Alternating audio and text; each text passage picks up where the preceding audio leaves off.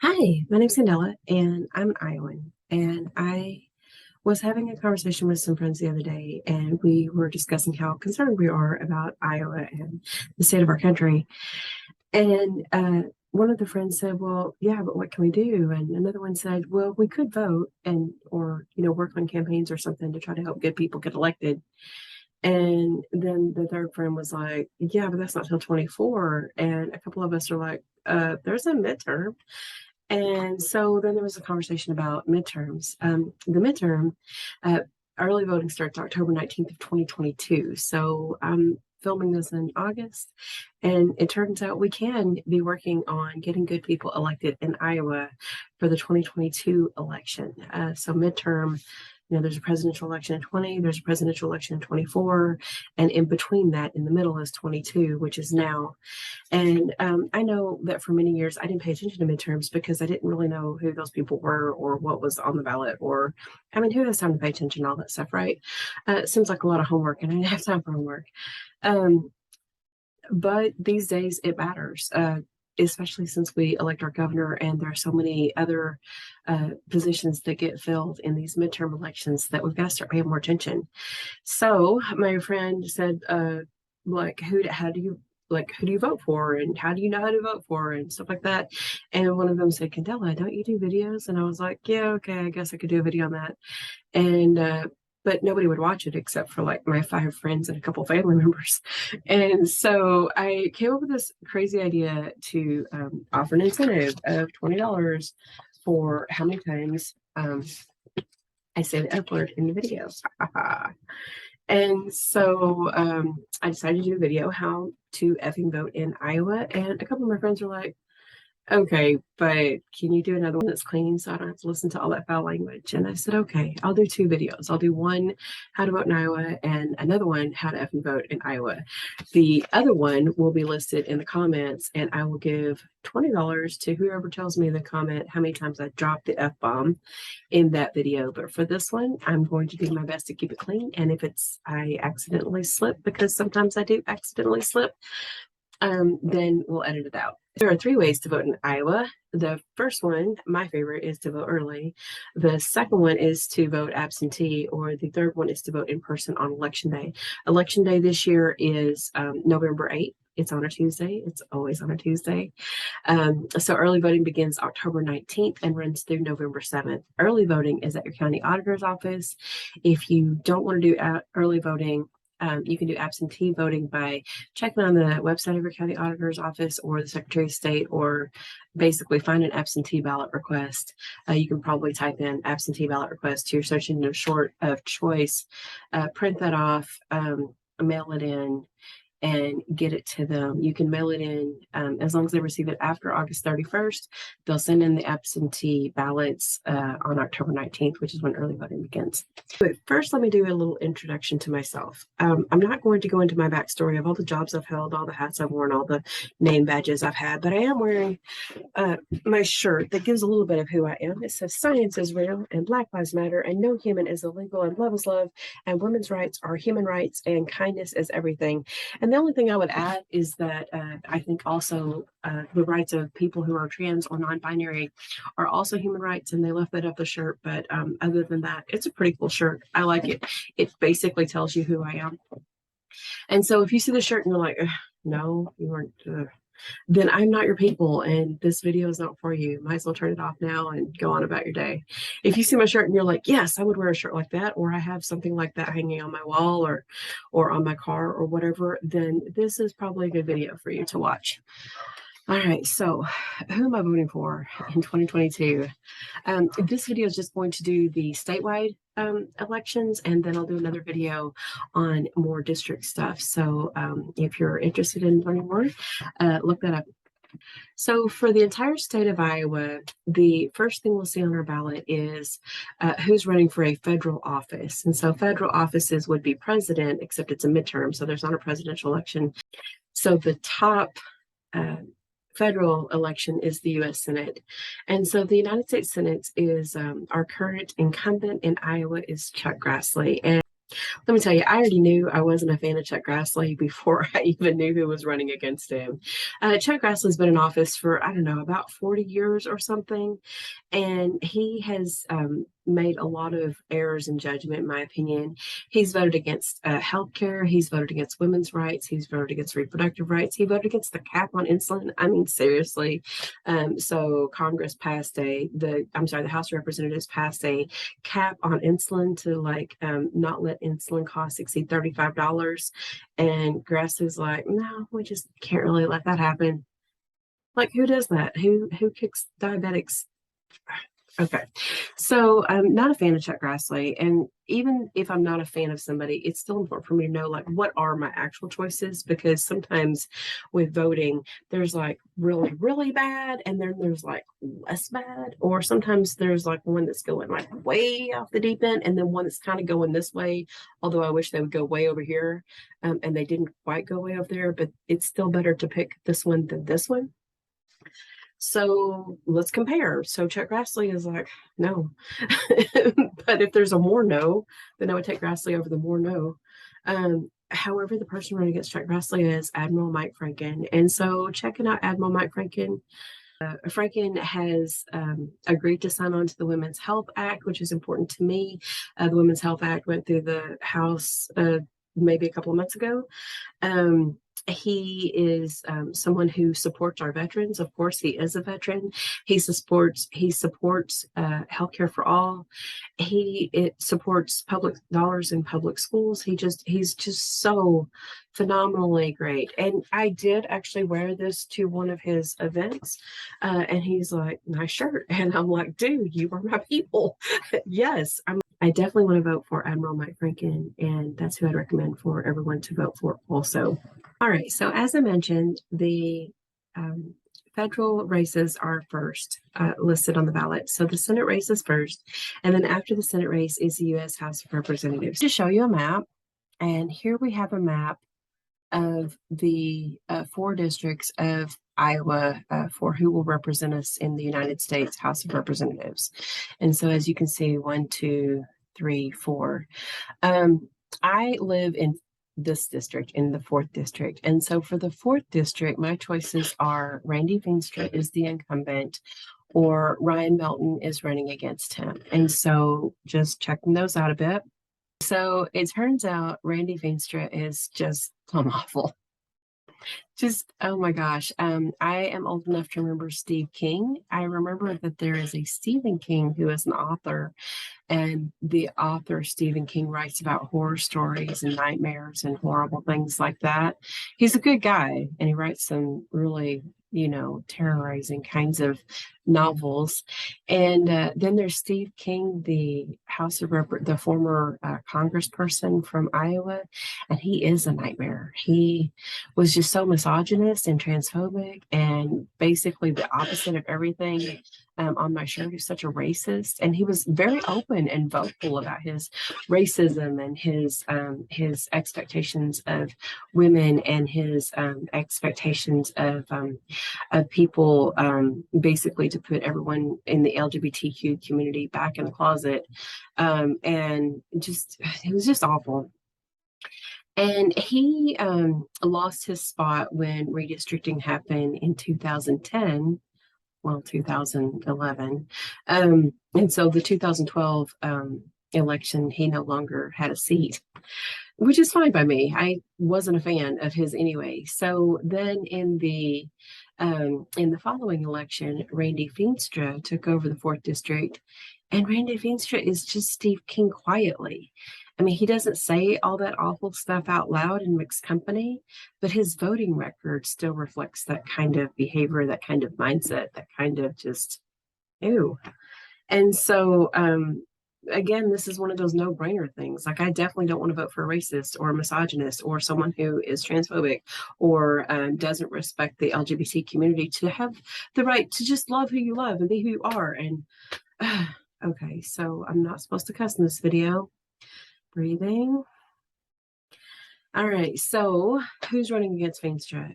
Turns out Ryan Melton is running against Veenstra, and Ryan Melton is awesome. He is he's a father to 2 children. He has been a He's been someone who's been attending Pride events for many, many years. He's a very strong advocate for women's rights. He says that the abortion ban basically makes women a second-class citizen, and he won't stand for that. He is standing up for the rights of everyone, for workers and teachers and citizens. And oh my gosh, so there's like no reason on earth I wouldn't want to vote for Ryan Melton. So he's the one I'm voting for, to the point that I actually have a sign in my yard that says Melton for Iowa for U.S. House of Representatives. Looks basically like this. That's the Okay, so now back to the map. If you don't happen to live in this district that's painted blue on this map and you live here instead, so Cindy Axney is the incumbent there, and she is awesome. She is incredible. She's been a strong advocate to get the Inflation Reduction Act passed. She's been bringing infrastructure dollars to Iowa to help get bridges, roads, and other things repaired and built. And she is just such a strong advocate for women's rights. She's been a great advocate for citizens who are seeking, like, for example, help through the help from the U.S. government for any kind of thing, for disability or lots of different services and etc. So if you live here, your choices are Liz Mathis or Ashley Henson. And again, Ashley Henson's record basically parallels Feenstra's record. She voted against birth control. They both voted against birth control. Did I mention birth control? Like, I'm not even talking about abortion here. I'm talking about the actual oral contraception. There was a bill that went through the House of Representatives. The bill passed because there were enough sensible people in the House to vote for it, but neither Feenstra nor Henson nor Miller Meeks, who's up here in two, none of those three are the sensible people who voted for it. They all voted against it. Axney did vote for it, so let's keep Axney and let's vote these two out. So who I'd like to vote, who I would recommend for District 1, if you're in any of these counties that are painted orange on this map, is I'd recommend Liz Mathis, as she's the one who's basically paralleling Axney's plans and policies and wants to work for Iowans, on behalf of Iowans, and on behalf of the right for us to choose what to do with our bodies.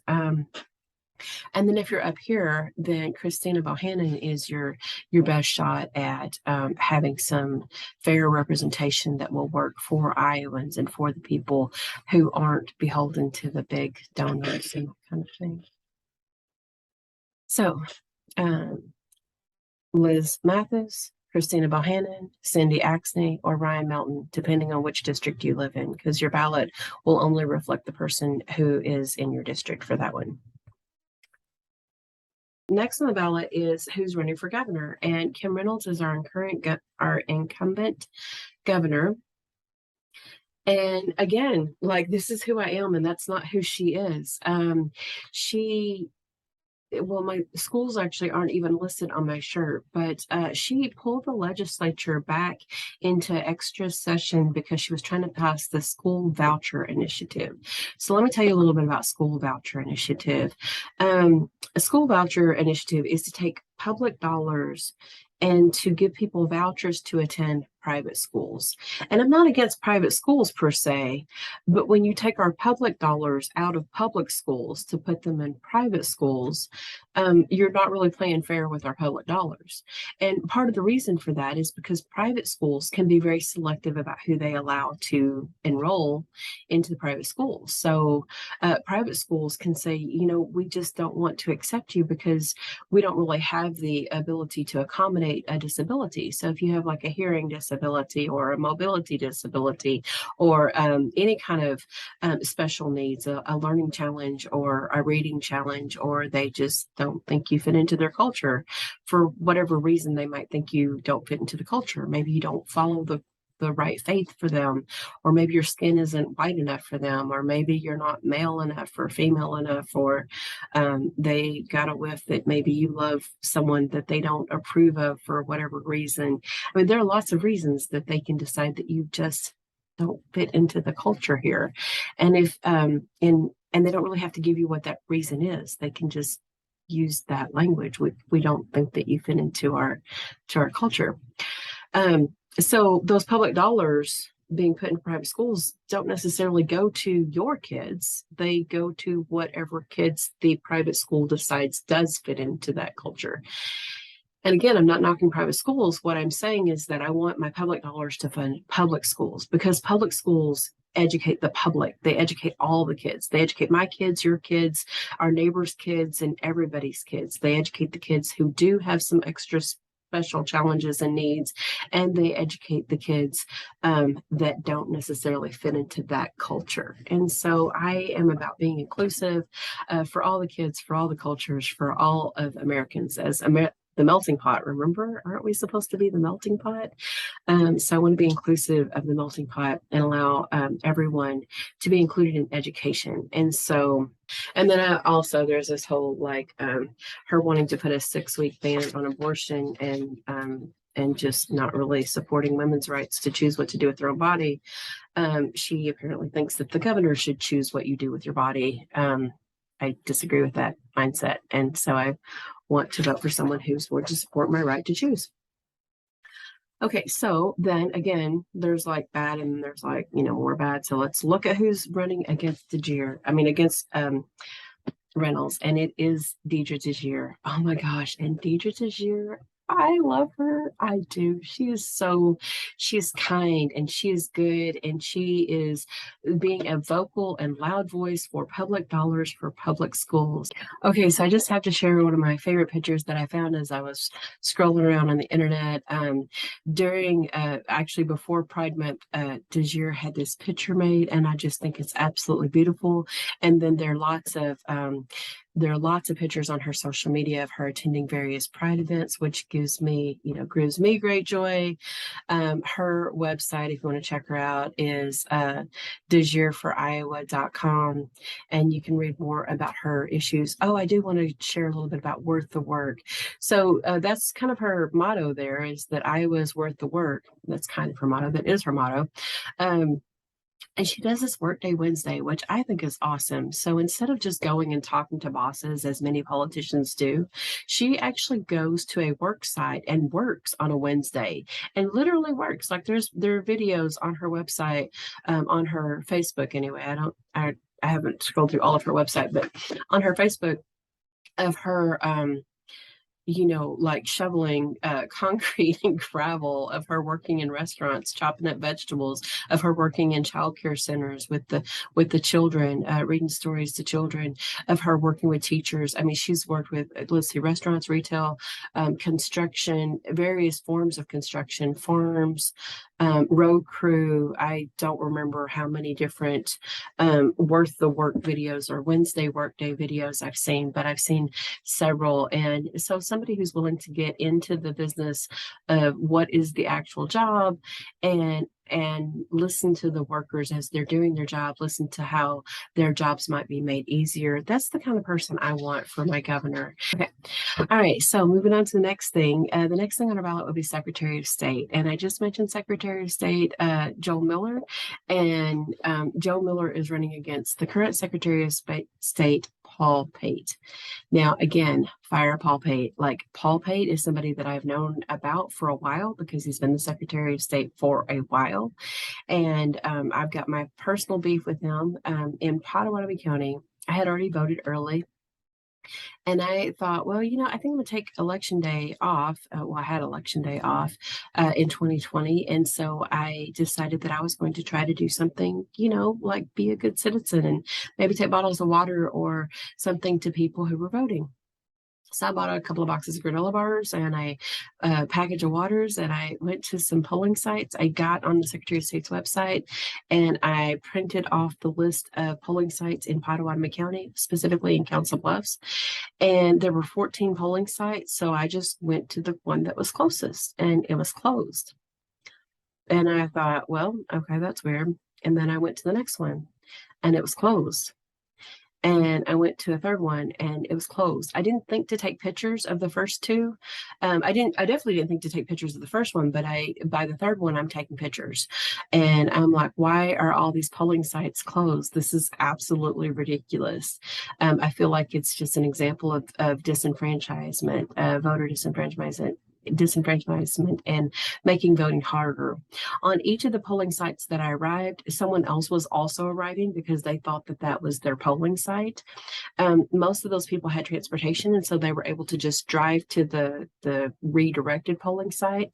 But at least one of those people didn't have transportation. Now, I offered a ride to somebody and gave them transportation. So, I mean, luckily I showed up at the right time to help somebody get to their polling site. But that's ridiculous that so many polling sites would be closed. So I went to all 14 of them, and 10 polling sites were closed. I am so angry about this, that this is the video where I don't cuss, but it is difficult for me to avoid cussing when I'm so just livid about 10 polling sites were closed. Now, out of 14, that was 10.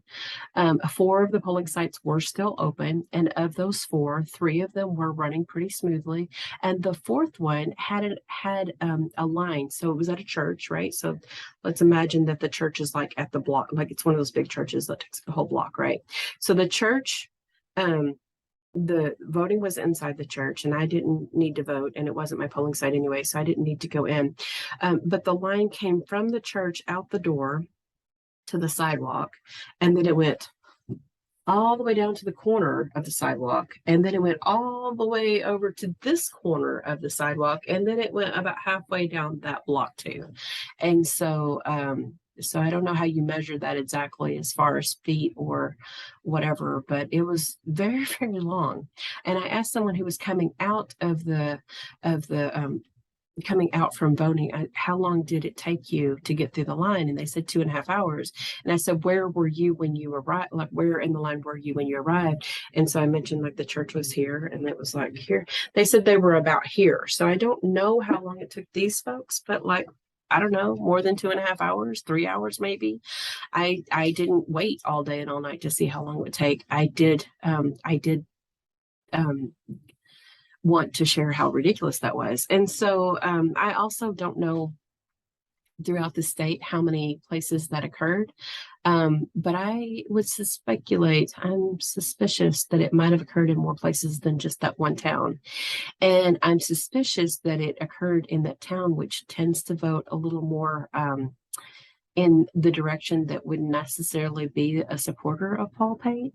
And so I wonder if it was calculated. I mean, these are only speculations, they're only guesses, but I am rather frustrated with the fact that 10 polling sites were closed. And on the day of election, on November, what was the election? November 3rd, 6th, I don't remember now. But on the day of election, the website was giving incorrect information to voters. Okay, so who's running against Paul Pate? Oh my gosh, it's Joel Miller. And Joe Miller, let me show you his website. His website is joelmiller.org. His tagline, make voting easy again, restoring fairness to our elections. I mean, like, that is exactly what I want out of Secretary of State. I want somebody who is making voting as easy as possible. I dug a little deeper into his history. He's also an auditor, and he didn't have any control over the fact that the legislature in Iowa shrank the early voting days from 40 to 20. He didn't have any control over that. Paul Pate could have probably made some announcements or tried to put some pushback on that. But Paul Pate, our current Secretary of State, apparently didn't care. Like, apparently to him, that's okay to shrink the number of early voting days. But Joe Miller was like, man, that is awful that we shrunk the number of voting days. So it shrank from 40 to 20. And those 20 days of voting, early voting, some of those are weekend days. So Joe Miller decided, well, okay, if we can't control the fact that it's only 20 days, what we can control is that we're going to be open for all of the 20 days. So he kept his office open on weekends to allow people who work or have other obligations outside of their voting and their citizenship duties to vote. He kept the office open to allow them to vote on weekends. And I just think that that is super praiseworthy. And that's an example of what we need in a Secretary of State. And so my vote for Secretary of State is with Joe Miller. So who's next on the ballot? The next thing on the ballot is the state treasurer. And the state treasurer is, the current incumbent state treasurer is Michael Fitzgerald. And so I looked at Michael Fitzgerald, and it turns out he's pretty good. Like, a Secretary of State through 5 governors. The 5 governors that he's been Secretary of State have included Kim Reynolds, Terry Branstad, Chet Culver, Thomas Vilsack, and just a year of Robert Ray. As you can see, those include Republican and Democrat governors. And everybody, all 5 of the governors are like, yep, he's good, let's keep him. And so, like, if all 5 governors on both sides of the aisle are like, yep, he's good, let's keep him, then I see no reason to not keep him. I mean, like, he's good, let's keep him. Even so, I still want to look who's running against somebody, even if I think they're pretty good. I still want to see like what the choices are. And the person who's running against Michael Fitzgerald is Roby Smith. So I had to look up Roby Smith and see what's up with him. And it turns out that Roby Smith has been serving as a state senator to go to Des Moines. So not to go to DC, but to go to Des Moines.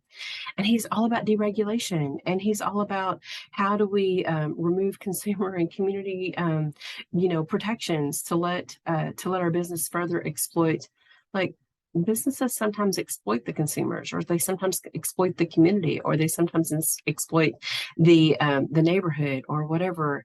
And that's what Roby Smith is about. And I'm like, no, nope, nope, nope, nope, nope, no. So even if I didn't already think Michael Fitzgerald was good, like, whoever's running against Roby Smith is probably going to be a better choice, in my opinion. So if you happen to hear the name Roby Smith, like, keep him as far away from office as possible, please.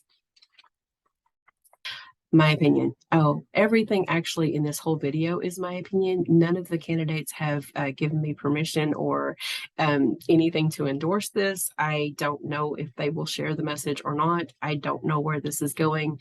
I'm not getting paid to do this. And even for the $20 that I'm giving away, nobody's giving me $20. It's like coming out of my pocket. So, like, this is all my idea based on me and a few friends, and we are not an incorporated entity of any kind. So, like, there we go. I'm just a citizen who cares about Iowa. And so I'm sharing it's kind of like, hey, I studied for this test. Do you want to see my notes? And so that's what I'm doing. I studied for this test. Do you want to see my notes? Here they are. Oh, and life is an open book test, actually. So it turns out you can take the notes in with you if you want. You can't play them out loud because whoever is running the election should tell you to turn it off. But you can take notes. And for that matter, I'll just post the notes in the comments.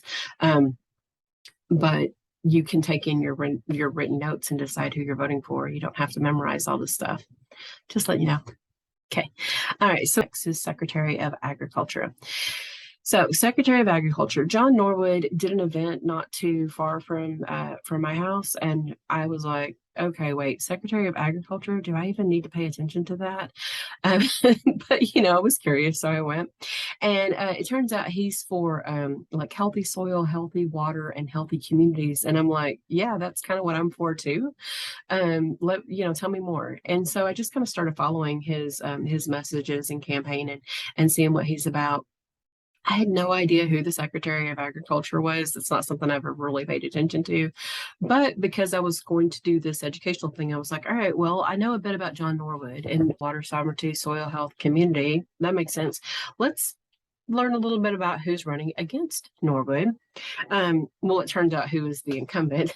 And the incumbent for Secretary of Agriculture is currently Naig. It's spelled Naig, and I may be pronouncing it incorrectly because as I said, I've never really followed his information.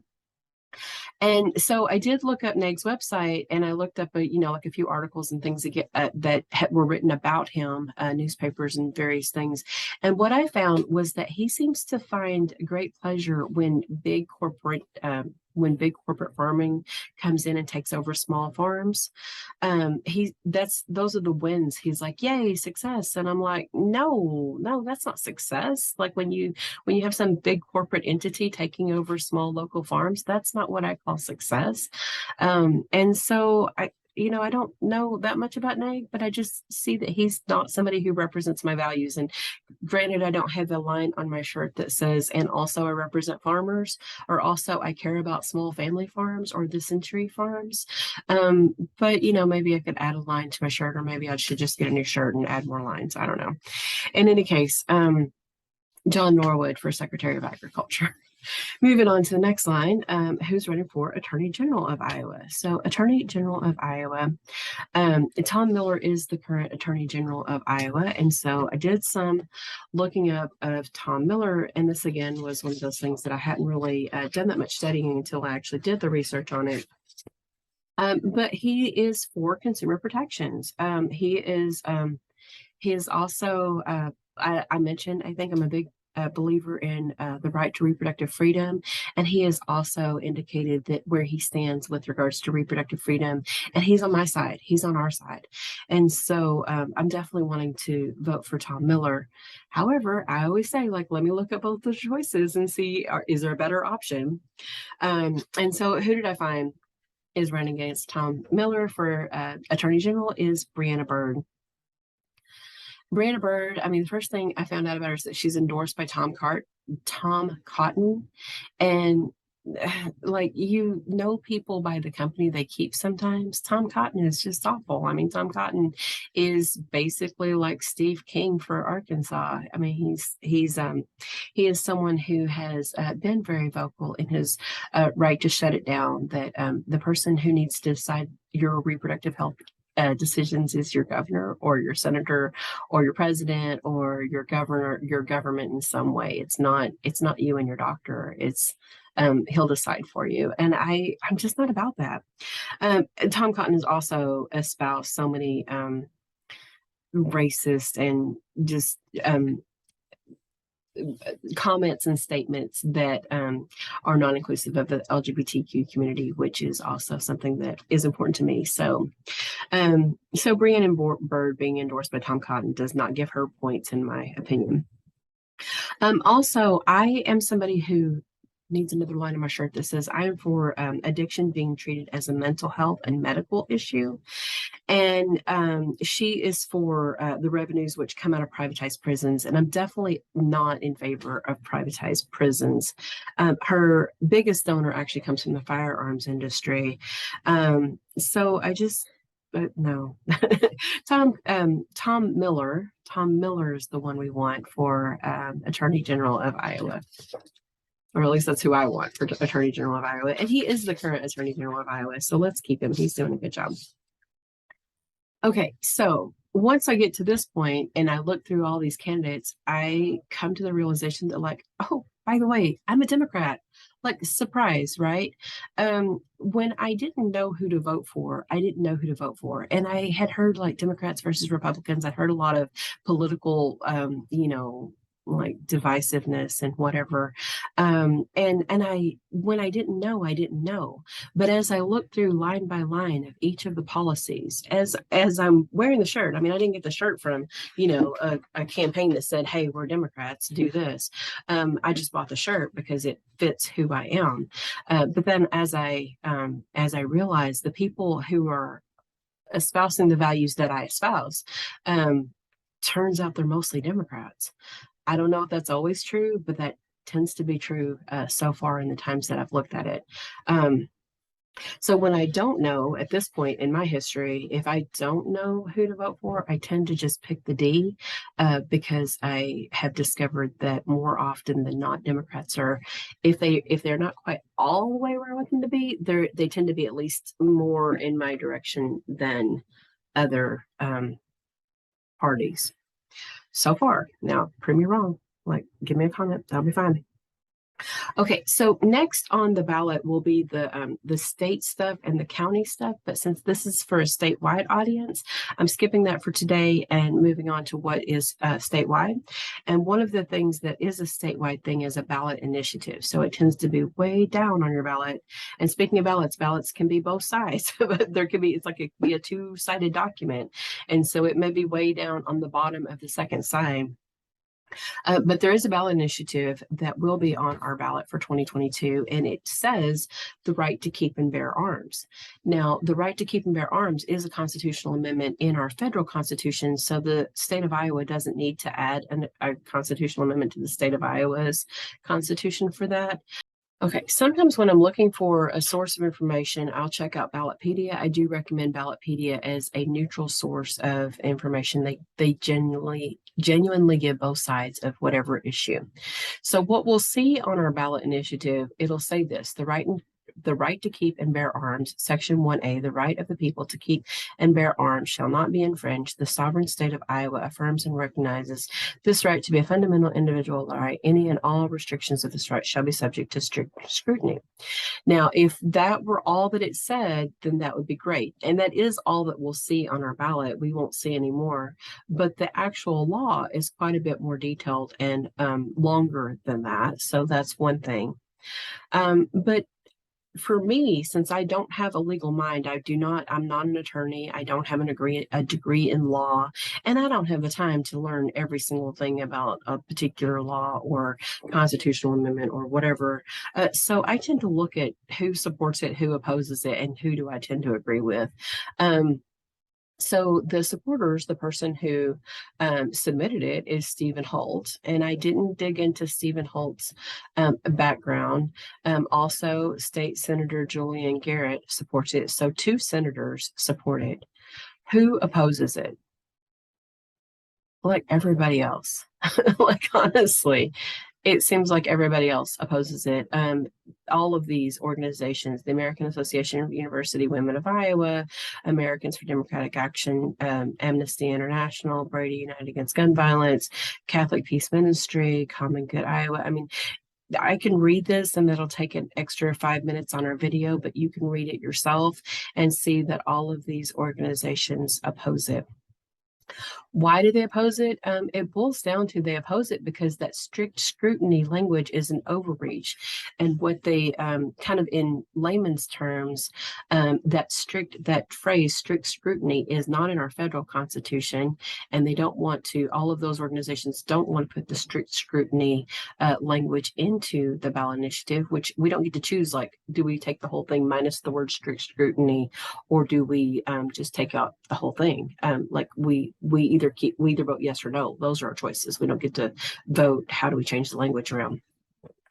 And that strict scrutiny basically gives a loophole for the NRA or other guns rights enthusiasts to argue that any future legislation will never meet strict scrutiny guidelines and standards.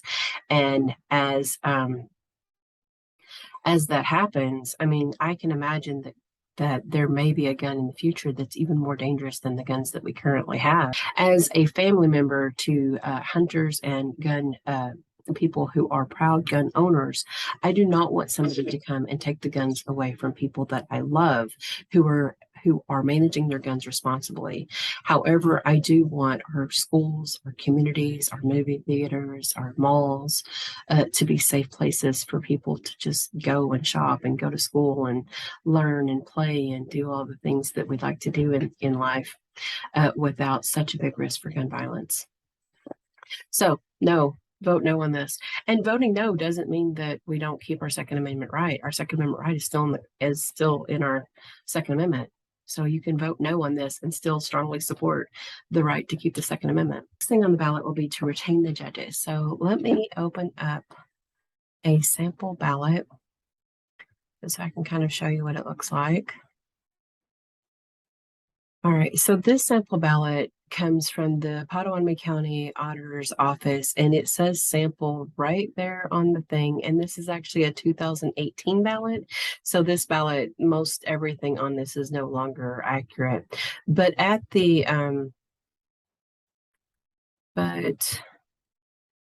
very end, it will say judicial ballot, and it'll say notice to voters, and this will be true for our 2022 ballot as well. It'll say notice to voters, vote on all names by filling in the appropriate oval below each name. And we've got two Supreme Court justices, and by Supreme Court, I mean Iowa Supreme Court, not federal Supreme Court. But we've got two Supreme Court justices that I want to talk about, and one appellate judge. that I'd like to talk about. So the first part will say, instead of saying Court of Appeals, it will say Supreme Court justices, and it will say, shall the following judges of the court or of the Supreme Court, sorry, not of the Court of Appeals, but it'll say, shall the following judges of the Supreme Court be retained in office, and then it'll have a name. And so one of the names it will have is McDermott, and my vote is no on McDermott. And the reason why is because, and the second one will be Oxley. So Oxley and Mcdermott. Both of those will be no. So I'll fill in the little no bubble. And the reason why is because they, again, do not support the right to choose. And I very strongly do support the right to choose. And they basically overturned the law in Iowa, which guaranteed the right of abortion as health care to all persons seeking that type of health care. And they did that in, was it this year, 2022 or late 2021? So it just happened a few months ago, but that's reason enough to vote them out. And then the next line will say Court of Appeals and Ehlers, Paul Ehlers. It's Ahlers. Also, I'm voting no to retain him, while he didn't necessarily rule in favor of overturning Roe. He has spoken out about his strong opposition to abortion care under any circumstances. And I don't think it's his business to make my decisions. I mean, if he's not the daddy, like, he needs to stay in my business. All right, so that's the end of everything for the statewide elections. I am going to do some district videos too. So if you're interested in that, find them, and that'll give you more information about your specific, like your county stuff or your House district or state or Senate, your Senate district for the state of Iowa. If you are interested in looking up the other video to get the $20 or the chance at $20, it'll be in the comments. It'll be probably the first comment, unless somebody beats me to the comments. And if this is something that you feel like you've learned something and you want to share it, please definitely share it. That's why I created it. If you know me and you trust me, you might even share it with a comment like, I know Candella and she's spot on. She was an A student and she does her homework and watch this video. Or if you're somebody who doesn't know me, but you receive this video from somebody that you trust, I mean, that's an endorsement and validity too. So I've given you as much information as I possibly can. And I've given you enough information that if you don't trust me, you can certainly look up all the details of the people that I've mentioned and be a more informed voter. Early voting starts October 19th at your county auditor's office. Please vote. Please do. We need you. Democracy needs you. We need you. Please. Thanks. Have a great rest of your day. Bye-bye.